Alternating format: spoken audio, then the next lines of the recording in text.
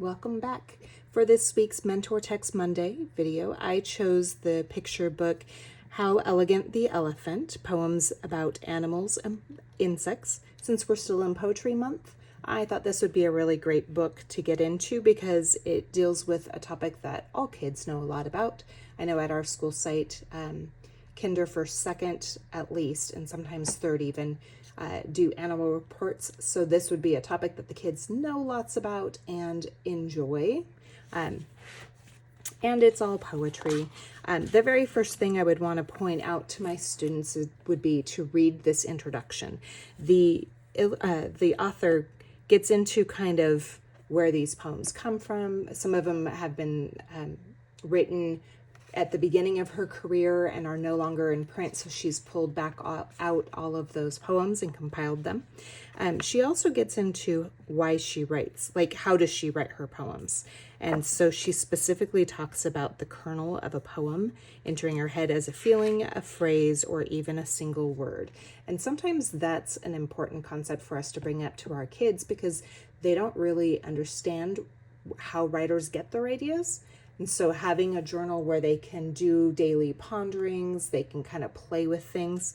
At the end of this same paragraph, they get into, for me, writing poetry is word play, not word work. And I don't know that we give our students enough time to just play with words and play with writing. That's something I'm really big on, but even I know that I don't do enough of it sometimes, especially right before state test. Let's get this test prep in, but we still need some time to play. So let's get into it. Tons of different poems for the kids to read and do. My kids right now are loving Poetry Month and are always begging to do more. So I want to show this one. So Elephant, I'm going to see if I can zoom in. Elephant. I like that this one is getting into some facts. He weighs 1,000 pounds at least.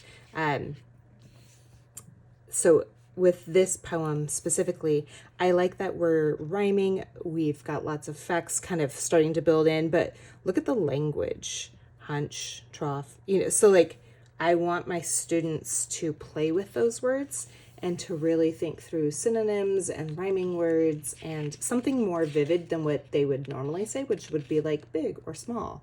I want them to expand that vocabulary. And so this is a great way to do that. Let's see, on page 30. Oh, there it is.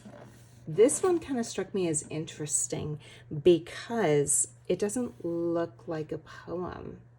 And so I might pose that to the kids and go, hey, why doesn't it look like a poem? What does a poem look like? We're used to seeing it in lines and stanzas, and this doesn't have any of that. So I'm curious as to whether that was an author choice or an illustrator choice, or does it even matter?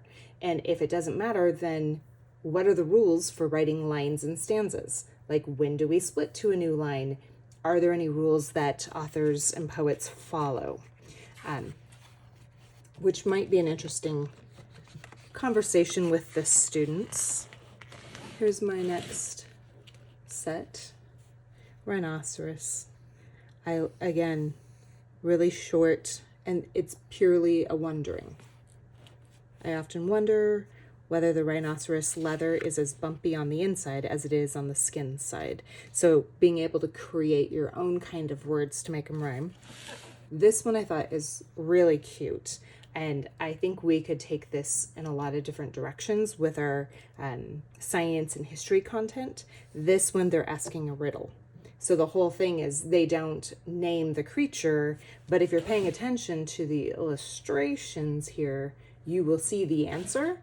But it's a fun way to pose that question and have people guessing and still get through a poem.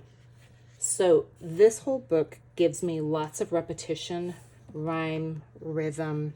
I'm going to pull up all of those interesting details. There was one poem back here that I missed. All right, here. An interesting fact. So again, we're telling facts This one uses all of that. It's using the repetition, the rhythm, even some of the rhyming.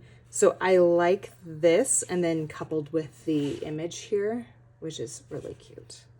So I just kind of feel like this would be a cute book. I could read a page a day, couple pages a day, just really short, sweet things that I could have fun with and read like right before recess or right after lunch recess. Something that we can discuss or not. Maybe we don't have time to talk about it. Maybe all I do is share that 1 or 2 poems, and then we look at the illustrations and move on. So just a cute little one, another good compilation, lots of different poems that I think you'll really enjoy, but more importantly, I think your kids will enjoy it. I hope you have a great week. I will see you next week.